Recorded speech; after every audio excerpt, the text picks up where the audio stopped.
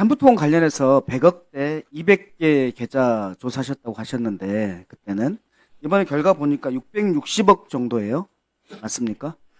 금액은 송구합니다만 시켜드리겠죠. 아, 예. 예.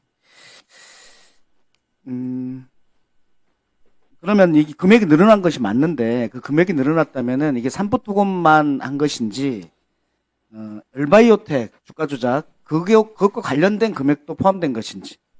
저희가 웰바이오텍 피고발인 측 관련돼서 웰바이오텍의 취득자금 등에 대해서 자금 추적 과정에서 확인한 건 맞습니다. 그래서 해당 자료도 검찰 측에 통보한 거는 맞습니다. 지금 제가 답변 드릴 수 있는 거는 그 정도. 네, 엘바이오텍도 조사를 했고 엘바이오텍 관련해서도 고발하신 게 맞다.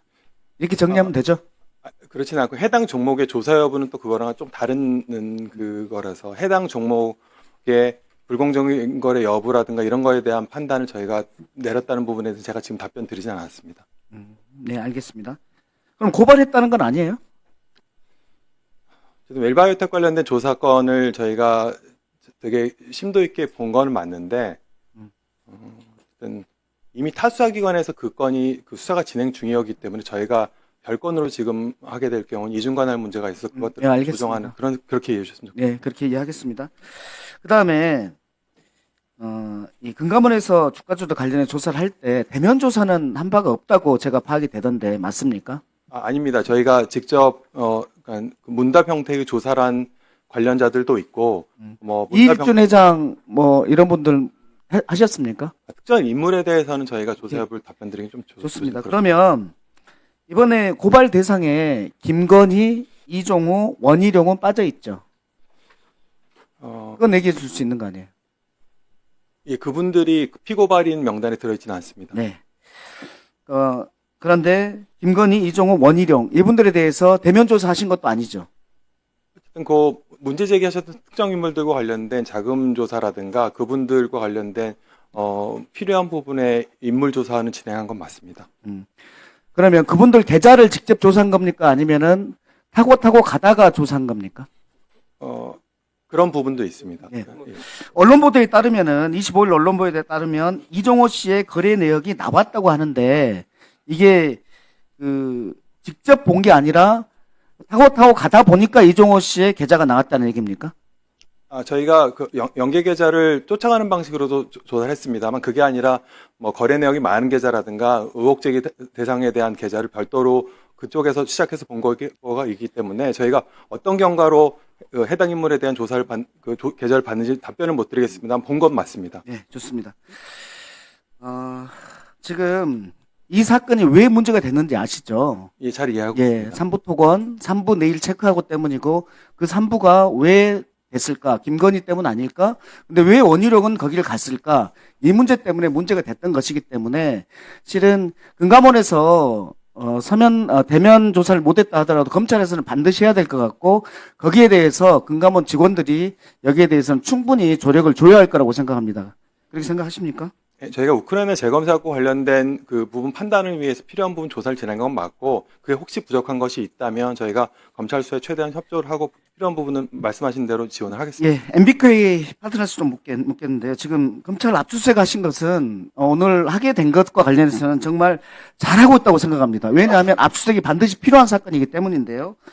그런데 우리가 알고 있기로는 2023년 8월에 장기 신용 등급 이게 BBB, N까지 떨어졌거든요. 알고 계십니까?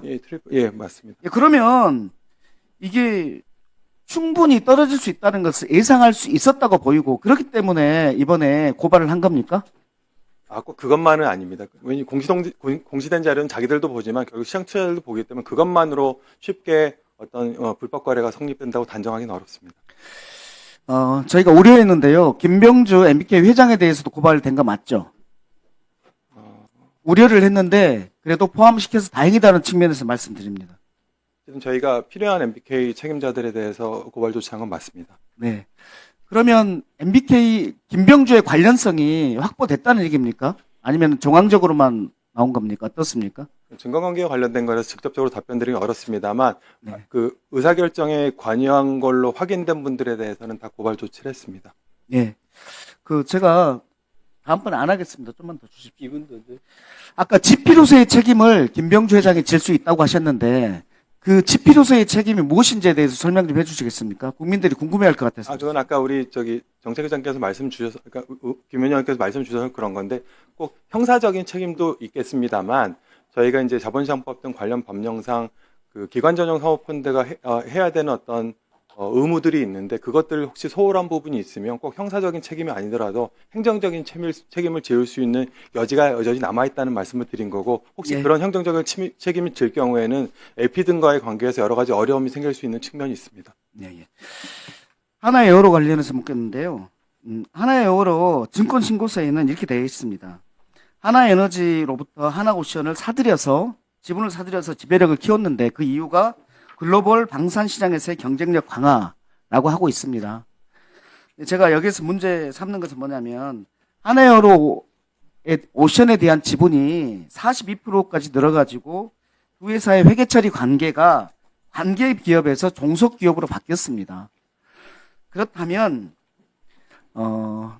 하나에어로가 하나오션의 이런 그 내부의 노동자 문제, 산재 문제, 지금 하청 지회장이 46일째 고공농성을 하고 있는데 이 문제까지 같이 좀 신경을 써야 되는 거 아닌가. 그래서 말씀드리는 것은 뭐냐면 증권신고서 다시 검토하실 거 아니에요. 이랬을 때 하나오션이 마땅히 져야 될 사회적 책임에 대해서도 하나에어로도 책임이 있다는 부분을 참작을 해 주십사 말씀드립니다. 어떻습니까? 어쨌든 절대적인 조금만 이따 말씀 주시고요. 하나만 더. 우리 개보위원장님. 네.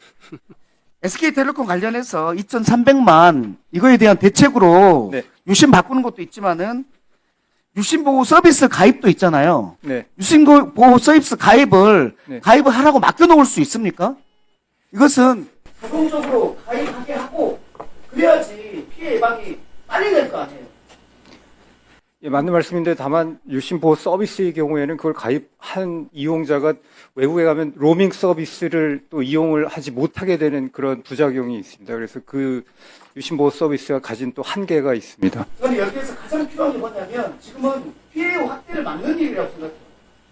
피해 확대를 막을 수 있으면은 그 조치를 적극적으로 취해야 되는데 그것을 스스로들이 이 유심보호 서비스를 가입에 한 사람만 하겠다. 이런 확대되면 어떻게 하려고 합니까? 이 부분에 대해서 더 크게 생각해야 한다는 말씀입니다. 네, 저희가 지금 오늘 그 위원회 내부적으로 대책을 계속 강구하고 있는 중입니다. 마지막으로 아까 하나 에어로 관련해서 물었답니다.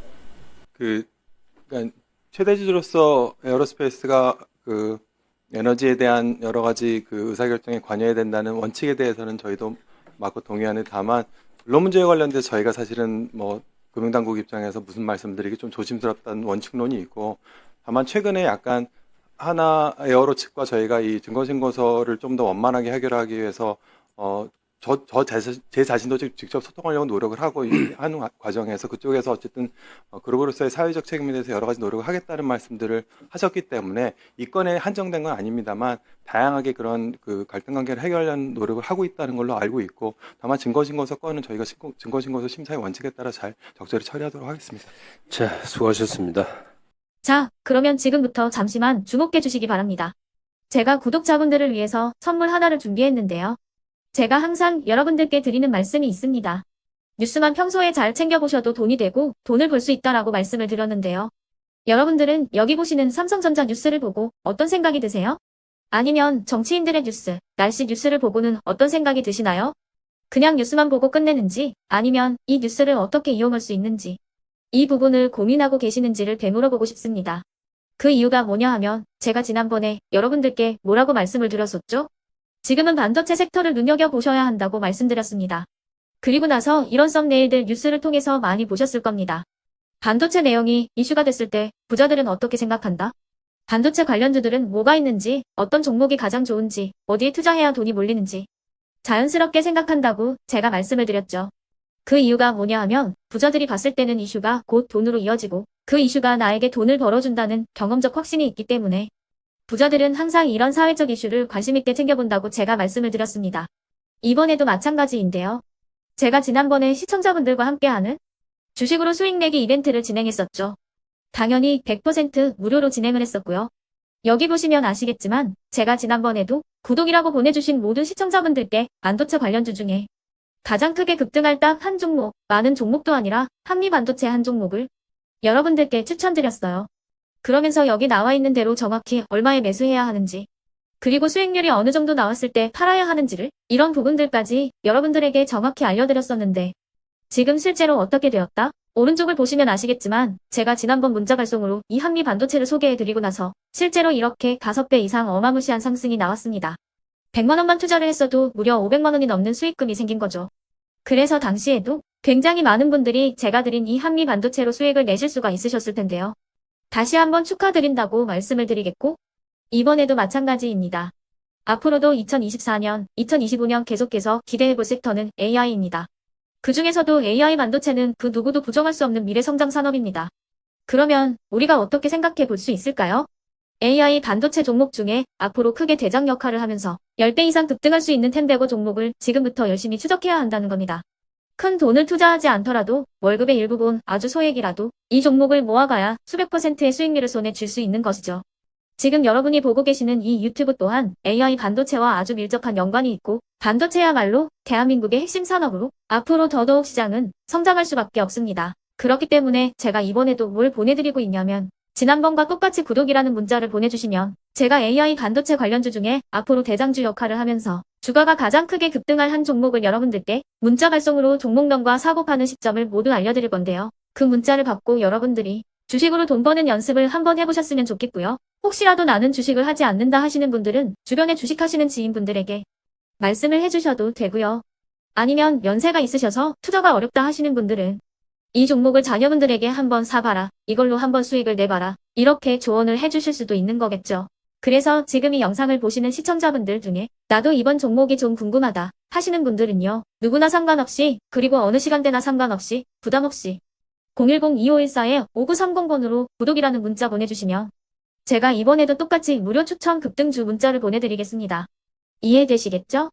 제 번호 010-2514-5930번으로 구독이라는 문자 보내주시면 여러분들이 직접 이슈를 통해서 돈 버는 연습을 해보실 수가 있는 거고, 제가 돈을 받는 것도 아니고 투자를 대신해 드리는 것도 아니기 때문에 부담 없이 신청해 주시면 되는 겁니다.